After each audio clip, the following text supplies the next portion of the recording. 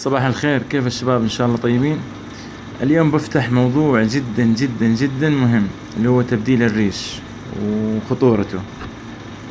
تبديل الريش خطير جدا يا شباب، لأنه يهلك الطير، يتعب ويسحب البروتينات والفيتامينات والأحماض الأمينية والمعادن والأملاح كله من جسمه تروح للريش. فيكون الطير يعني مراحل يمر فيها صعبة، ويكون جسمه ضعيف، معرض للأمراض. لو كثير لاحظوا الفترة اللي فاتت كثير أمراض وناس كثير خسرت طيور. طيب كيف نعدل المرحلة الصعبة هذه؟ أول شيء إطارة الإنارة، يعني اللي يطفي نور مثلا 9 ساعات يخلي 4 ساعات نور مطفي. ممنوع تزاوج الطيور، في الغالب 90% البيض مو ملقح، واللي يطلع البيض ملقح تطلع الفروخ ضعيفة وتموت في الغالب، والأمهات تتعب. في منتجات تسرع بعملية تبديل الريش زي الموتافيت من فرسلاقة، لكن أنا ما أحب أستخدمه لأن أشوف الشركة توقع أنه مغير التركيبة فأشوفه ضعيف.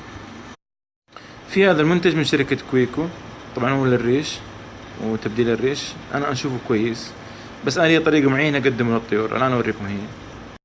شباب كثير يقول أنت تقدم خلطات غريبة أو لك طرق معينة لإعداد الخلطات. نعم صحيح، أنا لي خلطات معينة، ما أحب أكون تقليدي يعني. ومشكلة شركة كويكو أغلبها تقدم في الخلطات، يعني المنتجات حقتها في الخلطات، في الإيج فود، في كذا تقدم قليل في الماء. أيضا أنا يعني أعتمد في خلطاتي على مواد طبيعية أكثر حاجة، وأحاول أدمج الفيتامينات مع الغذاء، يعني بحيث إنه الطائر يستفيد لأقصى درجة من المكملات الغذائية. راح أبدأ أسوي خلطة وأوريكم أنا كيف أقدمها للطيور. طبعا أتوقع إنه ما حيقدم الطريقة نفسها، خاصة نفس المنتج. أول حاجة نجيب توست بر زي ما وضحت يا شباب. هذا المنتج حسب تعليمات الشركة إنه يعطى مع الإيج فود أو الطعام، الخلطات اللي تقدم للحيوانات بصفة عامة. لكن أنا طريقتي يختلف، أنا ما أشوف إنه لما تحط مع الخلطات ما أتوقع إنه يصل كامل الغذاء والطيور تستفيد منه مع كامل الغذاء. المهم بسم الله نبدأ. الخلطة حقتي هي كيف طريقتها. أحط 1 لتر موية في طاسة زي كذا، وحطيت نفس المنتج ملعقة 4 جرام،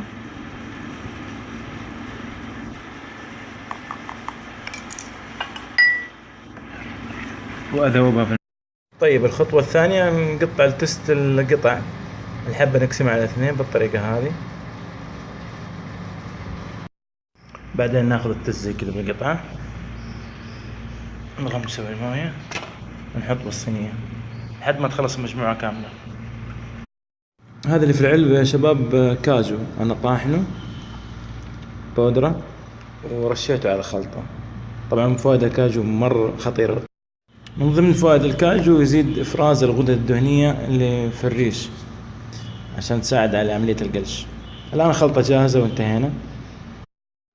الزوج اللي مع فروخ يا شباب اللي هي القطعة نص حبة، الزوج اللي لحاله ربع.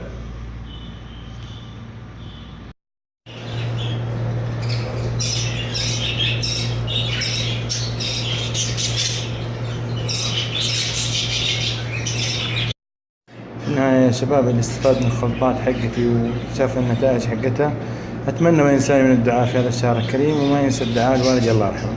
شكرا.